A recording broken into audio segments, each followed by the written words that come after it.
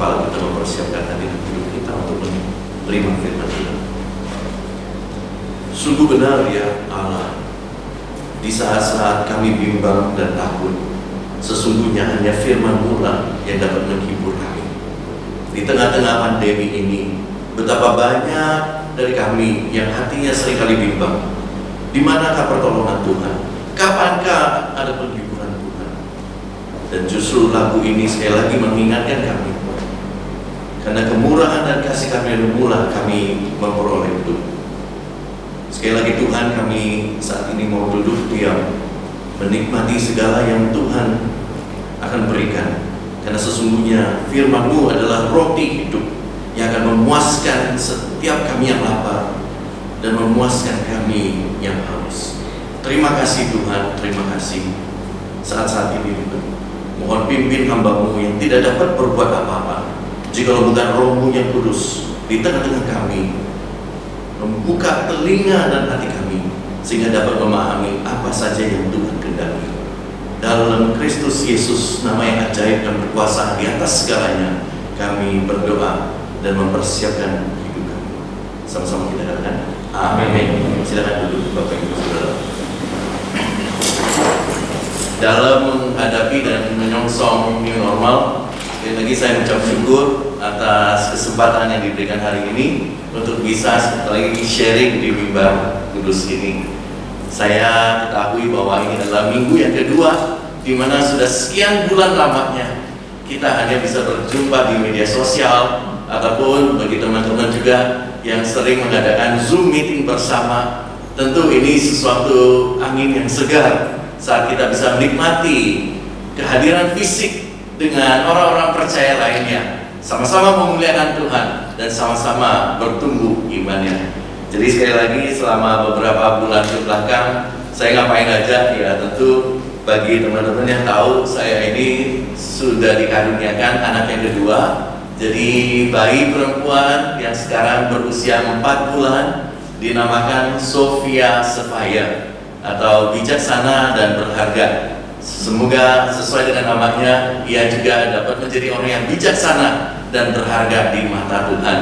Jadi ya selama 4 bulan ini ngapain aja Pak Simon? Ya tentu di rumah banyak masak-masak, baca YouTube, bersih-bersih rumah. Karena semua planning saya ternyata semuanya tidak seperti yang kita mau. Betul ya? Di masa-masa menghadapi pandemi ini yang tadinya kita sudah merancang perkembangan bisnis, keputusan-keputusan strategis. Kalau kita sih keputusannya yang tadinya kita mau mulai catering, kita mau mulai panggil mbak yang datang ke rumah. Kita tadinya sempat berpikir untuk ada suster misalnya yang harian atau mingguan yang bisa jaga. Ternyata semua planningnya itu sudah diubahkan. Jadi saya jadi apa? Ya, saya jadi pendeta dalam rumah tangga, saudara, PRT. Ya, jadi hari-hari ya urusin bersih-bersih rumah, urusin masak-memasak, apalagi merawat istri yang baru saja melahirkan. Tentu ada banyak hal-hal yang bergizi yang harus saya masak. Jadi saya yakin dan percaya menghadapi new normal ini ada banyak kebiasaan yang baru, ada banyak juga kesibukan yang baru. Semoga di masa-masa ini justru kita juga alami yang namanya pertumbuhan spiritual yang baru. Amin saudara. Jadi PSBB itu kalau ada orang berkata pembatasan sosial berskala apa? Berskala besar. Ya bagi kita orang-orang percaya PSBB tidak lain artinya pertumbuhan spiritual berskala besar. Haleluya. Ya, mari kita buka Alkitab kita di Yohanes pasal yang ke-13 tadi sudah dibacakan, tapi saya akan terangkan sekali lagi apa yang baru saja kita simak. Yesus memperingatkan Yudas. Settingnya adalah di makan malam perjamuan terakhir. Di saat itu Tuhan Yesus berserta dengan murid-muridnya sedang makan. Tahu ya, foto atau gambar lukisan yang terkenal salah satunya adalah perjamuan makan terakhir, di mana Yesus digambarkan duduk di tengah-tengah meja dan ada 6 murid di sebelah kiri, 6 murid di sebelah kanan. Saudara, teks ini mengajak kita untuk berpikir satu tema yang penting, yaitu pengkhianatan Yudas. Sekali lagi, pengkhianatan Yudas. Di saat Tuhan Yesus di tengah-tengah murid-muridnya, Justru saat itu dia berkata bahwa salah satu di antaramu akan menyerahkan aku. Justru pada saat Tuhan Yesus sangat anti klimaks, saudara. Kita ketahui, inilah sikap Tuhan Yesus selagi dia berserta dengan murid-muridnya ataupun mereka-mereka yang ingin datang dari jauh untuk mendengar. Tuhan Yesus seringkali bersikap anti klimaks, di mana mungkin perjamuan makan malam itu adalah satu perjamuan yang seharusnya membawa sukacita, karena ingat, mendekati perayaan besar di Yerusalem, maka ada orang-orang yang datang dari jauh untuk merayakan hari raya besar. Tapi justru Tuhan Yesus tiba-tiba topik pembicaraannya tentang salah satu di antaramu akan menyerahkan aku. Ini membuat banyak murid-muridnya bertanya-tanya, siapa ya? Siapa ya? Mungkin juga di hati mereka bertanya, kenapa ya? Kenapa ya? Jadi saudara, Tuhan Yesus di tengah-tengah makan malam itu, saat ia berkata, ada di antaramu yang akan menyerahkan aku. Wah, tiba-tiba mulai ada bisik-bisik di antara murid-muridnya. Tadi kita baca, bagi murid yang dikasihi oleh Yesus itu mendekat kepada dia. Murid yang dikasihi Yesus kita ketahui adalah tidak lain Yohanes itu sendiri. Tapi karena tulisan ini juga dari kitab Yohanes, maka dia memilih untuk tidak mengagungkan dirinya. Dan Simon Petrus, seperti yang kita ketahui, sikap dan sifatnya yang seringkali gerecak gerusuk, berbicara jauh lebih cepat dari berpikir, segera mendekat dan menyuruh murid yang dikasihi Yesus itu untuk bertanya, coba kamu tanya, siapa di antara kita yang akan menyerahkan dia? Karena kita ketahui, menjelang akhir daripada 3,5 tahun pelayanan Tuhan Yesus, semakin hari dia semakin mengungkapkan apa yang akan terjadi. Ingat, anak manusia akan diserahkan oleh para tua-tua, dan dia akan mati di Yerusalem. Saat itu banyak murid-muridnya tidak percaya. Mana mungkin ini bisa terjadi? Tuhan Yesus, guru besar kita, justru bisa mengeningkan ombak badai, bisa menyembuhkan orang-orang yang sakit, bisa mengusir roh-roh jahat. Mana mungkin, mana mungkin, mana mungkin. Tapi justru sekali lagi dalam makan malam tersebut, saat Tuhan Yesus katakan salah satu di antaramu akan menyerahkan aku, Simon Petrus justru yang iseng dan juga ingin tahu, minta agar Yohanes tanya, coba siapa di antara kita yang akan menyerahkan engkau? Kenapa ada keraguan di dalam murid-murid? Karena mereka ingin tahu siapa yang bisa menyerahkan. Guru yang begitu baik, guru yang begitu mengasihi. Ingat, orang-orang yang pada saat menjelang malam semuanya kelaparan, tidak ada uang untuk membeli makanan yang banyak untuk mencukupkan mereka. Tapi guru melipat gandakan ikan-ikan dan roti. Mereka ketahui, selain Tuhan Yesus yang punya kuasa, Tuhan Yesus juga yang penuh belas kasih. Siapa yang bisa menyerahkan orang yang penuh dengan cinta kasih itu? Ternyata kalau kita mengacu pada Synoptic Gospels atau Injil Sinoptik, jadi dari keempat Injil, Matius, Markus, Lukas, Yohanes, ternyata kita bisa lihat kejadian yang serupa, namun dari 4 pandangan dan pemahaman yang berbeda. Kalau kita buka di dalam Matius pasal 26, justru diperjelas saat Tuhan Yesus katakan, salah satu di antaramu akan menyerahkan aku. Justru ada murid yang berkata begini, bukan aku ya Tuhan. Itu dikatakan oleh tidak lain Simon Petrus sendiri. Bukan aku ya Tuhan. Maksud hati adalah, menyerahkan Yesus, guru yang kita kasih itu. Bukan aku ya Tuhan. Saudara, kalau Anda simak baik-baik, Di dalam Matius 26, justru dari mulut Yudas Iskariot keluarlah pertanyaan serupa. Bukan aku, ya Rabi. Sekali lagi, bukan aku, ya Rabi. Maka Tuhan Yesus saat itu justru menjawab, engkau sendiri yang mengatakannya. Perhatikan baik-baik. Ketika Simon Petrus mendengar bahwa salah satu di antara murid akan menyerahkan Tuhan Yesus, segera dia berkata, bukan aku, ya Tuhan.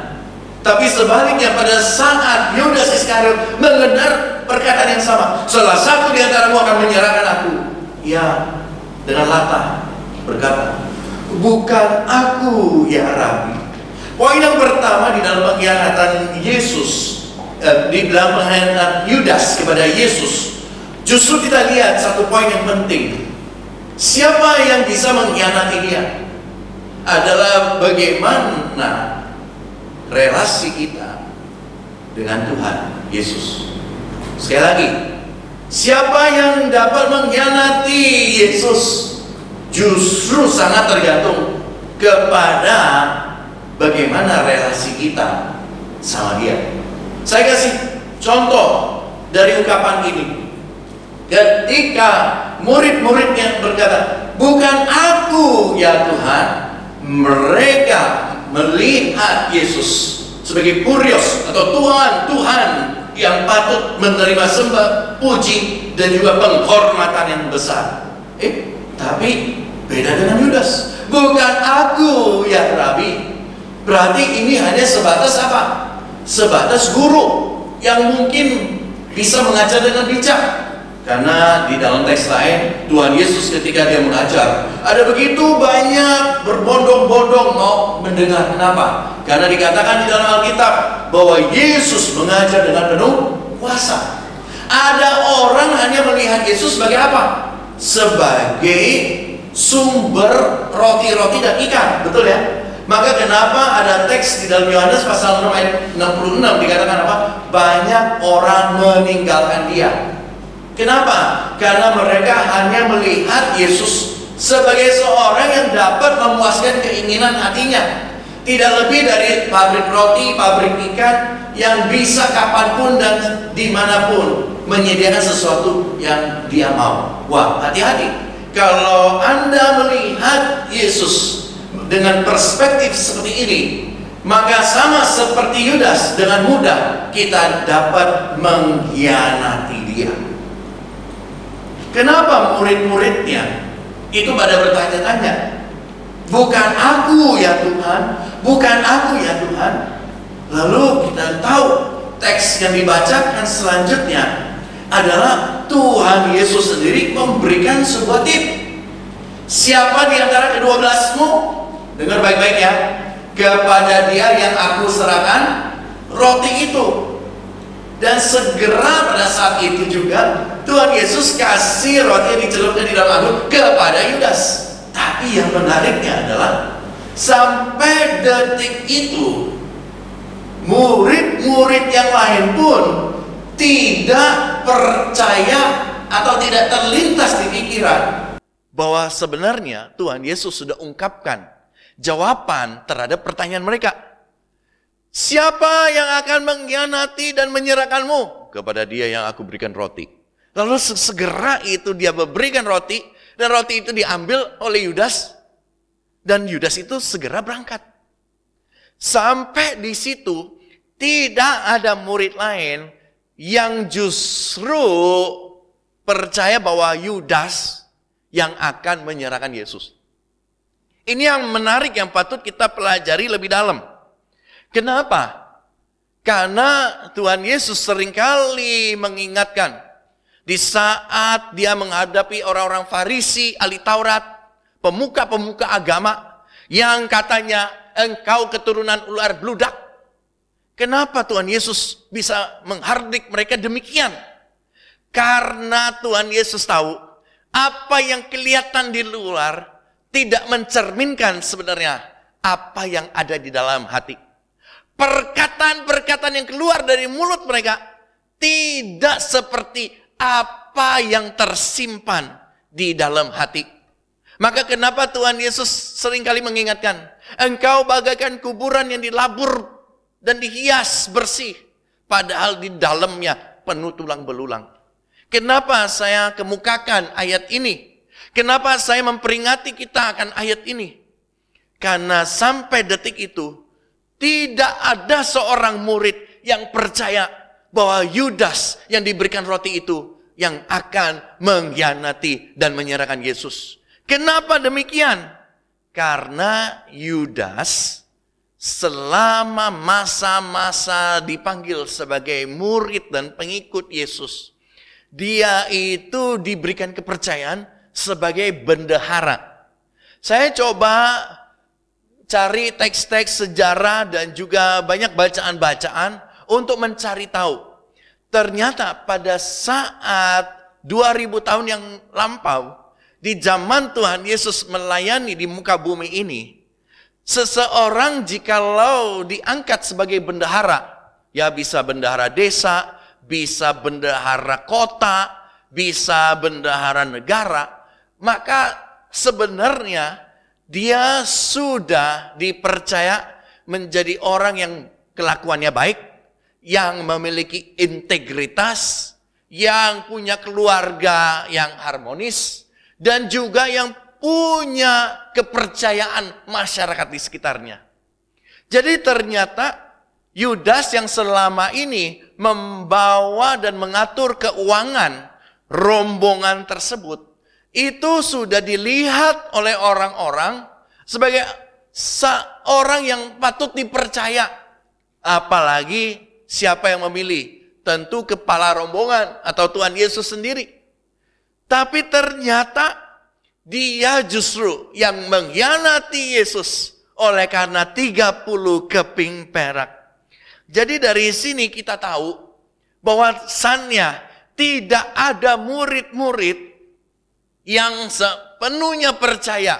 Sekali lagi, walaupun hintnya atau bocoran jawabannya itu sudah diberikan oleh Tuhan Yesus. Kepada siapa yang kuberikan roti ini, dialah yang akan menyerahkan aku. Ingat teks yang kita baca barusan?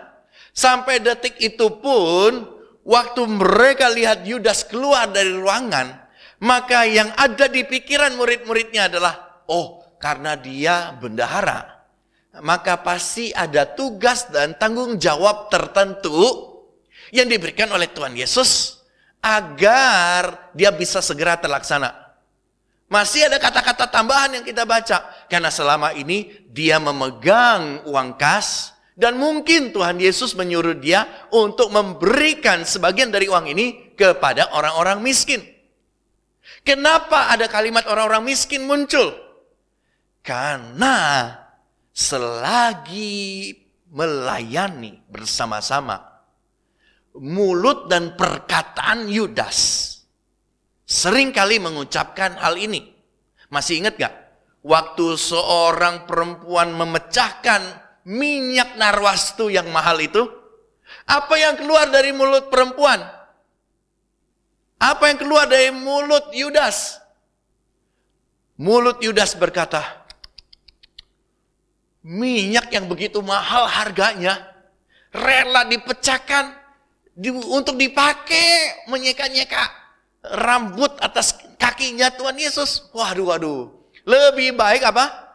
Minyak ini dijual dan uang itu dikumpulkan lalu diapain? Dibagi-bagi kepada orang-orang miskin.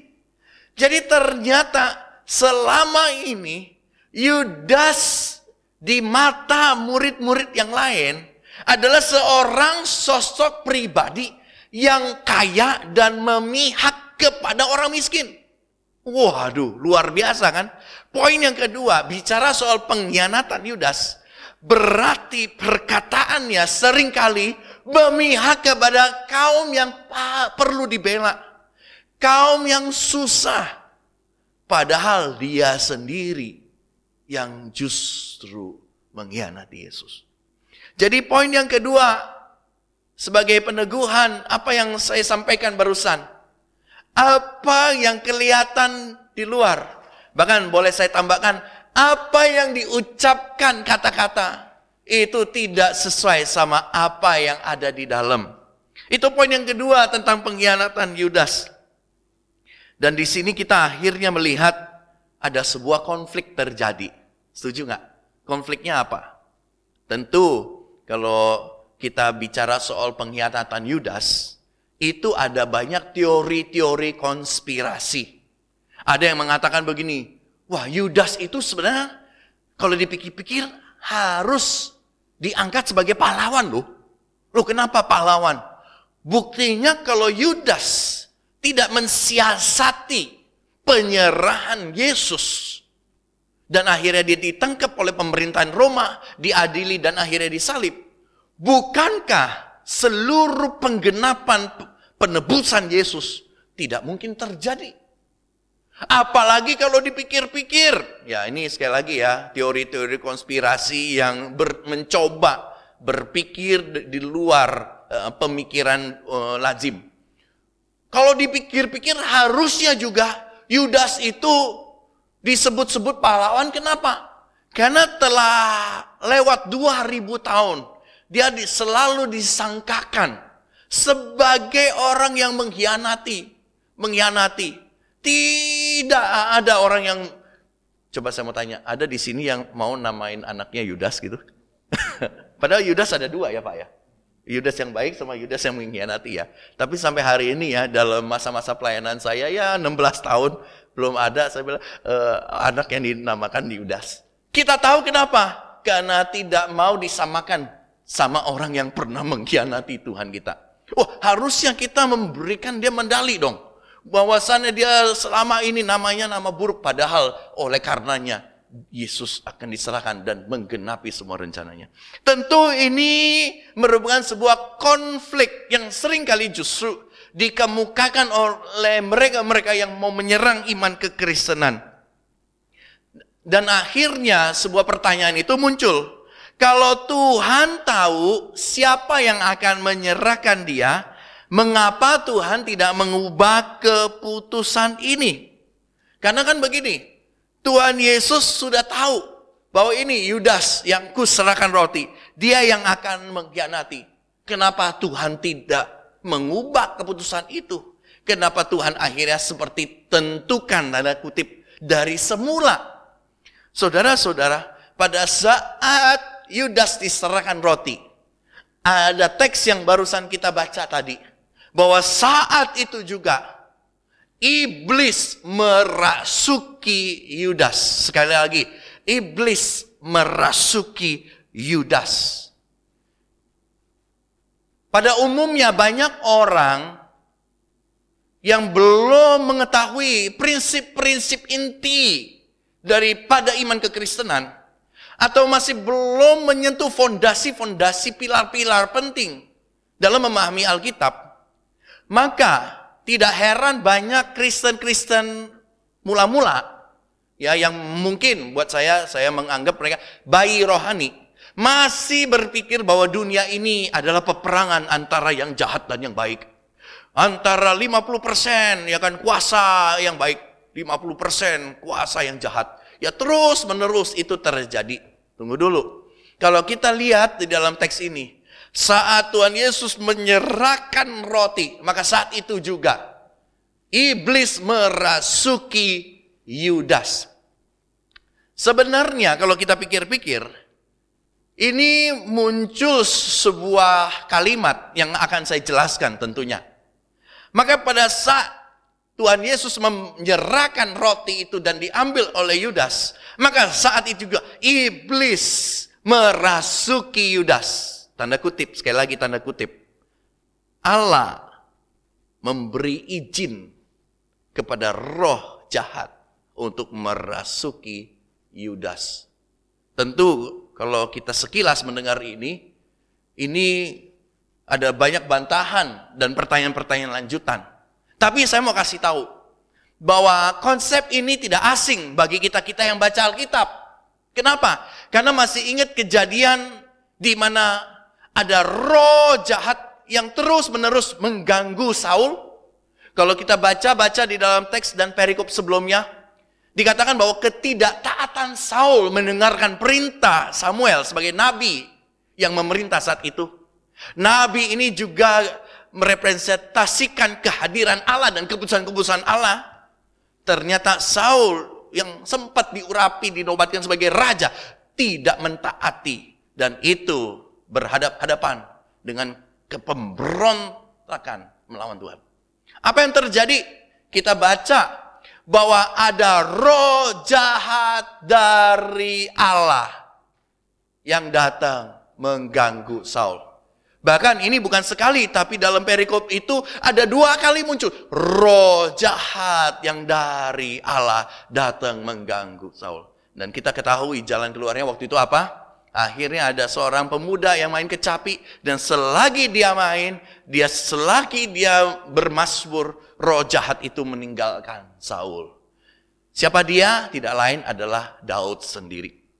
Jadi dari sini kita tahu bahwa kalau bukan Allah yang mengizinkan roh jahat itu, maka tidak mungkin roh jahat itu memiliki tempat. Pertanyaan saya, kalau begitu emangnya Yudas sudah sediakan tempat untuk roh jahat itu? Saya katakan iya.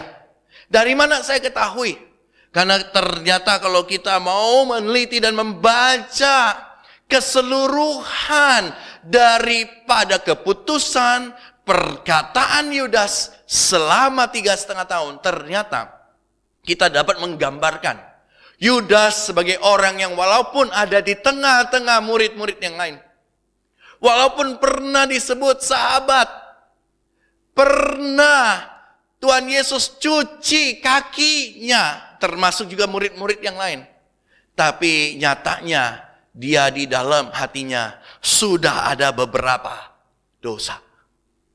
Dia sudah menyediakan tempat untuk roh jahat itu. Saya bisa tulis ada 2 hal yang saya dapat. Yang pertama tentu dari refleksi apa yang kita tahu tentang Yudas tadi. Yang pertama, dia cinta uang. Dia bukan saja menjual Yesus oleh karena 30 keping perak, yang seharusnya ternyata 30 itu jumlah menggenapi apa yang sudah dinubuatkan di dalam perjanjian lama. Tapi ada juga yang mengatakan Yudas mau menyerahkan Yesus juga salah satu sebab adalah saat dia selalu berkata bahwa kerajaan Allah, kerajaan Allah, kerajaan Allah. Pada saat itu Yudas termasuk juga dengan murid-murid yang lain selalu berpikir bahwa Yesus akan menggulingkan pemerintahan Roma. Dan ingat apa yang pernah ditanyakan oleh murid-murid yang lain? Kalau kamu memerintah, siapa yang akan duduk di sebelah kanan dan kirimu? Masih ingat itu? Jadi kita bisa tahu bahwa di antara murid-muridnya, termasuk juga mungkin Yudas, mereka masih mempercayai sesuatu yang akan terjadi. Yesus sedang menggalang kekuatan. Yesus yang sudah menunjukkan kuasa dan mujizat, tinggal tunggu waktunya. Yesus akan melawan pemerintahan. Pada saat itu pandangan orang Yahudi, pemerintahan Roma, pemerintahan kafir. Dan kalau Yesus ini diangkat sebagai kaisar, maka kita semua akan dapat bagian, minimal menteri-menterinya. Jadi kita bisa lihat di dalam pengkhianatan Yudas, sebenarnya hatinya dari jauh sudah menyediakan tempat-tempat di mana dengan mudah roh jahat itu akan berkata, ini tempat saya. Tidak ada tempat untuk kebenaran. Karena walaupun dia berada di tengah-tengah kerumunan orang-orang baik, orang-orang percaya, tapi nyatanya ini adalah tempat saya. Tentu di situ ada pemikiran-pemikiran jahat, ada pengkhianatan, ada cinta uang, ada haus jabatan. Jadi poin yang ketiga di dalam pengkhianatan Yudas yang kita pelajari adalah jikalau kita siapkan tempat untuk hal-hal yang saya sebut-sebut tadi, maka dengan mudah kita dapat mengkhianati Yesus. Jangan berpikir bahwa pengkhianatan itu nggak mungkin. Justru dengan mudah kita di dalam ruangan ini bisa juga mengkhianati Yesus jikalau kita tidak sungguh-sungguh. Maka hidup kita hanya bergantung kepada kemurahan Tuhan. Kemurahan Tuhan yang hari ini memelihara kita. Kemurahan Tuhan juga yang membatasi serangan-serangan si jahat. Yang memelihara hati dan hidup kita bisa suci di hadapan Tuhan. Itu oleh karena kemurahan Tuhan. Maka kenapa pada saat Yudas mengkhianati Yesus dan menyerahkannya, justru Tuhan Yesus mengutip perjanjian lama. Saya bacakan dari Mazmur pasal yang ke-41. Di dalam Matthew Henry Commentary ditulis tentang refleksi ayat atau ucapan Tuhan Yesus ini. Perhatikan baik-baik. Mazmur pasal 41 ayat yang ke-10. Demikian saya bacakan. Bahkan sahabat karibku yang kupercayai, yang makan rotiku, telah mengangkat tumitnya terhadap aku. Sekali lagi yang saya baca barusan, itu di ayat yang ke-10. Saya baca sekali lagi. Bahkan sahabat karibku yang kupercayai, yang makan rotiku, telah mengangkat tumitnya terhadap aku. Jadi ini yang menarik, saudara. Kalau kita tahu, Pemazmur itu ditulis bagian ini dari Daud. Dan Daud sedang menulis ini dengan susah hati. Karena dirinya harus alami pengkhianatan. Kenapa? Karena orang yang dekat dengan dia, tangan kanan yang nama Ahitofel, itu sekongkol dengan anak yang namanya Absalom. Absalom itu anaknya Daud. Dan dia sekongkol untuk menggulingkan pemerintahan yang sah, yaitu Daud. Jadi waktu Daud menyadari bahwa Ahitofel ini tangan kanannya itu kong kali kong sama Absalom anaknya sendiri. Dia susah hati. Maka kenapa Pemazmur Daud itu menulis tulisan ini. Bisa ditampilkan sekali lagi di layar. Terima kasih. Saudara, pada saat Tuhan Yesus mengutip ayat ini, ternyata kutipan ayat ini tidak dikutip keseluruhannya. Baca baik-baik. Ternyata waktu Tuhan Yesus berkata, dia yang mengambil roti, itu dia yang akan menyerahkan aku. Lalu Tuhan Yesus mengutip ayat. Ayat yang dikutip itu hanya setengahnya doang, saudara. Yaitu di bagian B. Bagian B dimulai dari mana? Yaitu setelah koma. Yang makan rotiku telah mengangkat tumitnya terhadap aku. Pertanyaan saya, kenapa Tuhan Yesus tidak mengutip keseluruhan ayat? Yaitu kalau di atasnya ditambahkan bahkan sahabat karibku yang ku percayai. Daud jelas. Dia berkata sahabatku yang ku percayai. Karena ini adalah ungkapan hatinya terhadap Ahitofel yang dia sudah percayai.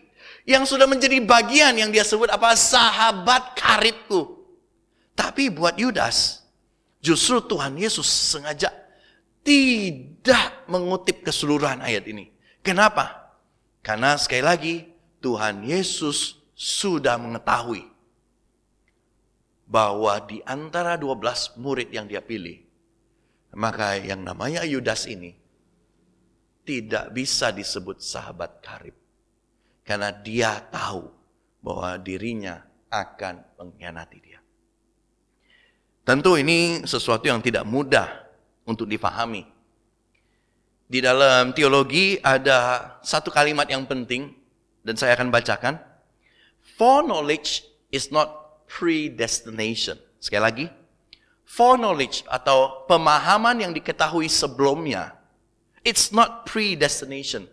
Bukanlah predestinasi. Artinya apa? Artinya begini sederhananya. Sekali-kali Tuhan Yesus tahu bahwa Yudas Iskariot dialah yang akan mengkhianati.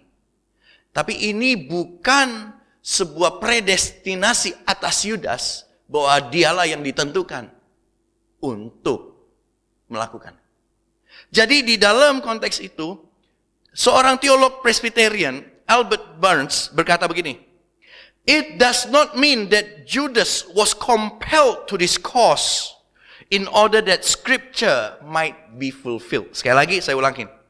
Albert Barnes, seorang teolog Presbyterian, berkata begini, it does not mean that Judas was compelled to do this in order for scripture might be fulfilled. Artinya begini, berarti bukan artinya kalau Tuhan sudah ketahui sebelumnya bahwa Yudas bukan salah satu yang dia bisa sebut atau dia layak sebut sahabat karib yang ku percayai, berarti Tuhan Yesus sudah ketahui sebelumnya. Tapi ingat, sekalipun Tuhan Yesus ketahui sebelumnya, menurut Albert Barnes dia berkata begini, ini bukan berarti Yudas berarti pasti harus melakukan ini agar digenapi nats daripada kitab suci. Tapi sepanjang perjalanan itu, di dalam kebebasannya, tanda kutip, yang dia dapat memilih, dia juga diberikan kesempatan demi kesempatan untuk berkata, aku tidak mau, aku tidak bisa. Karena yang menarik di sini, begini saudara, ada ayat di dalam Matius 27, ayat yang keempat. Seakan-akan ada sebuah penyesalan dari Yudas. Saya bacakan ya. Matius pasal 27, ayat yang keempat. Bisa ditampilkan di atas juga. Matius 27, ayat yang keempat. Yudas ketika sudah diserahkan Yesus, justru ayat 4 ini saya baca. Dan berkata, aku telah berdosa karena menyerahkan darah orang yang tidak bersalah. Jadi ada kesan Yudas itu menyesal. Tapi sebelum-sebelumnya selama 3,5 tahun, tidak ada penyesalan terhadap pemikiran-pemikiran jahat dan rancang-rancangan untuk mengkhianati Yesus.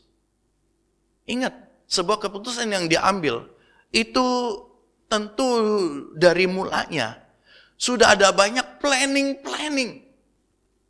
Padahal yang Yudas saksikan adalah bagaimana perempuan yang ditangkap basah berzina, dosanya tidak dihukum, namun diingatkan jangan berbuat lagi. Ada banyak keadaan di mana misalnya pada saat orang lumpuh diturunkan dari atap, Tuhan Yesus di tengah-tengah kerumunan orang banyak, Tuhan Yesus bilang apa? Dosamu diampuni. Ada banyak kesempatan sebenarnya Yudas mendengar dan menyaksikan itu. Bisa di dalam kesendirian, mungkin minta waktu sama Tuhan, berkata, iya Tuhan, saya minta maaf. Waktu saya mendengar bagaimana engkau marah kepada orang-orang Farisi, engkau apa? Berani berkata engkau anak-anak dari Abraham? Sebelum Abraham ada, saya sudah ada. Waktu itu orang Farisi marah bukan? Engkau belum genap usia 50 tahun, tapi bapak kita Abraham sudah ada jauh sebelumnya. Mana mungkin? Lalu Tuhan Yesus bilang apa? Kalau engkau anak-anak Abraham, engkau tidak mungkin berpikir untuk membunuh saya. Karena engkau mau merancangkan pembunuhan atas saya, berarti bapakmu apa? Iblis dan bukan Abraham. Jadi saudara, saat itu setelah Tuhan Yesus diserahkan, ada kesan di dalam ayat ini bahwa Yudas menyesal terhadap perbuatan yang sudah dia lakukan. Lalu kalau begitu apa bedanya? Kalau kita pikir-pikir ya sama Simon Petrus. Pernah nggak Anda mendengar khotbah tentang dosanya Simon Petrus sama dosanya Yudas? Lebih besar yang mana? Karena kalau dipikir-pikir dua-duanya mengkhianati, betul ya? Kesatu Yudas Iskariot demi 30 keping perak dia menjual Yesus dengan berkata kepada dia yang aku cium di Taman Getsemani, dialah yang harus engkau tangkap, betul? Tapi dosanya Petrus juga nggak kalah besarnya loh. Ya tentu ya kalau saya bilang begini bukan berarti ada dosa kecil, dosa besar ya. Semua dosa tetap dosa. Tapi pada saat seorang perempuan muda di tengah-tengah murid-muridnya menunjuk kepada Simon Petrus dan berkata, ini orangnya juga yang selama ini bersama-sama dengan Yesus. Tahu apa jawab Simon Petrus pada saat dia pojokkan begitu? Jawabnya apa? Oh, sekali-kali aku tidak mengenal dia. Jadi dosanya lebih besar mana? Dosanya lebih besar Yudas atau dosanya lebih besar Petrus? Buat kita hari ini sama besarnya, betul? Sama-sama mengkhianati. Tapi kalau begitu bedanya apa Petrus sama Yudas? Yudas kita ketahui dari ayat ini. Walaupun ada kesan bahwa dia menyesal. Karena menyerahkan orang yang tidak berdosa dan tidak bersalah. Ingat ya, kalau kita nonton Passion of the Christ kan, sempat-sempatnya Yudas melemparkan kembali 30 keping itu. Lalu kling, uangnya semua jatuh. Tapi orang Farisi dan ahli agama itu nggak mau terima. Mereka bilang, enggak, kita nggak mau terima uang itu. Betul ya? Karena uang itu berlumuran dengan darah. Dan Yudas kita ketahui justru menggantungkan dirinya. Sekali lagi bedanya apa? Pengkhianatan Yudas dengan Petrus. Karena buat kita hari ini kalau kita lihat pada prinsipnya, Simon Petrus sama-sama menyerahkan, tidak menyerahkan Yesus, tapi tidak mau mengakui bahwa Yesus adalah orang yang dia kenal. Kita tahu bahwa Yohanes, di dalam kitab Yohanes di bagian-bagian belakang, ketika Petrus sudah mulai kembali memancing, mulai kembali ke profesi awalnya, ternyata Tuhan Yesus dalam tubuh kebangkitan datang berjumpa sama dia kembali. Dari jauh Simon Petrus memandang dan dia tahu bahwa ini adalah guru. Dia segera lompat ke dalam air untuk mendapati Yesus di pinggir pantai sedang membakar-bakar ikan. Jadi sekali lagi bedanya apa? Pengkhianatan Yudas dan tidak mau mengakunya Petrus pada saat dibutuhkan. Ternyata kalau Yudas memilih untuk menyadari namun lari dari Tuhan dan bunuh diri. Ternyata Simon Petrus, walaupun dia berdosa, walaupun dia sadar bahwa dia salah, memilih untuk datang kembali mencari Yesus. Sekali lagi ini menjadi akhir daripada sharing kita.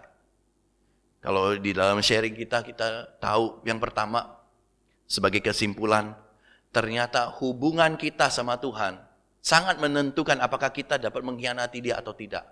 Karena Yudas hanya melihat Tuhan Yesus, bukan Tuhan. Saat murid-muridnya berkata, bukan aku ya Tuhan, justru dia memilih untuk berkata, bukan aku ya Rabi. Berarti dari situ kita tahu bahwa dia tidak selama ini menganggap ada relasi yang hidup bersama dengan Tuhan. Tapi hanya sebatas guru besar. Yang kedua, ternyata bicara soal pengkhianatan Yudas kita belajar. Bukan apa yang kelihatan di luar. Tapi justru sumbernya itu dari dalam hati. Dan jikalau seseorang Yudas bisa mengkhianati Yesus, itu tidak lain, bukan perkataan atau perbuatan yang di luar, tapi justru hatinya yang memang sudah simpen cinta uang dan haus jabatan. Dan pada akhirnya poin yang ketiga sebagai kesimpulan, kita belajar di sini bahwa ternyata kalau seseorang pernah mengkhianati atau mengingkari apa yang Tuhan mau, jangan lagi lari daripada Tuhan. Seperti Yudas yang mungkin sadar dia telah bersalah. Namun di dalam kesadaran itu dia tetap tidak mau datang kembali kepada Tuhan. Tapi justru kita belajarlah dari Simon Petrus. Yang tahu bahwa dalam panjang sabarnya Tuhan ada ruang yang disebut kasih karunia. Dan untuk menerima kasih karunia itu, Petrus tahu dari kapalnya, dari perahunya dia harus loncat ke dalam air, berenang ke pantai untuk mendapati Yesus. Berarti dia harus rela lompat keluar dari kapal hidupnya, merendahkan diri, basah kuyup untuk datang sekali lagi merendahkan diri di hadapan Tuhan. Dan akhirnya kita tahu nasib kedua murid ini berbeda hasilnya. Kalau satu sampai hari ini namanya saja nggak mau disebut-sebut, tapi yang satu menjadi seorang rasul, seorang martir yang sungguh dipakai oleh Tuhan. Biarlah kisah cerita pengkhianatan Yudas ini dapat membawa kita sekali lagi dalam masa-masa pandemi ini untuk bertumbuh imannya, untuk menjadi serupa dengan gambarannya. Mari kita tunduk kepala, kita berdoa. Dengan takut dan gentar kami baca dan merenungkan dan mendengar akan pengkhianatan Yudas. Hanya kemurahan dan pengampunan-Mu lah yang dapat membuat kami bisa hidup mentaati yang Tuhan mau. Ampuni kami Tuhan jikalau kami seringkali berlaku seperti Yudas yang walaupun di tengah-tengah perbuatan-perbuatan dan sikap yang baik yang dilihat oleh orang, sebenarnya di hati kami seringkali ada cinta uang dan ketamakan. Kami tidak mau seperti Yudas akhirnya Tuhan, yang oleh karena dia sediakan tempat, maka roh jahat dengan mudah dapat menguasainya. Tuhan, kami hanya dapat hidup oleh karena belas kasih-Mu. Ajar kami untuk berlaku seperti Simon Petrus, yang walaupun pernah menyangkal-Mu Tuhan, tapi dia dengan segera juga menyadari kesalahan dan mau datang, rendahkan dirinya untuk mencari, untuk membangun kembali hubungan dengan-Mu. Terima kasih Tuhan atas hari yang indah ini. Sepanjang minggu ke depan, ajar kami untuk tetap membuka kitab suci, untuk mencari dan menggali lebih lagi kebenaran-Mu, agar kami bisa hidup mentaati dan menuruti yang Tuhan mau. Dalam nama Yesus penebus kami berdoa dan mengucap syukur. Amin.